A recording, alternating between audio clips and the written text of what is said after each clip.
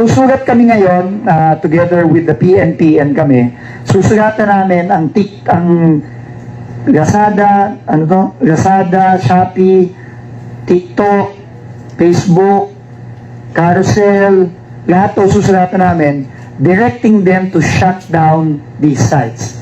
Pinapa-shutdown natin to. At pag hindi sila nag-shutdown, pati yung mga online selling na to, papakasuhan ko din. Kasi kinukonsinti nila yung mga illegal na activities online. Pinapa-shutdown natin to. At pag hindi sila nag-shutdown, pati yung mga online selling na to, papakasuhan ko din.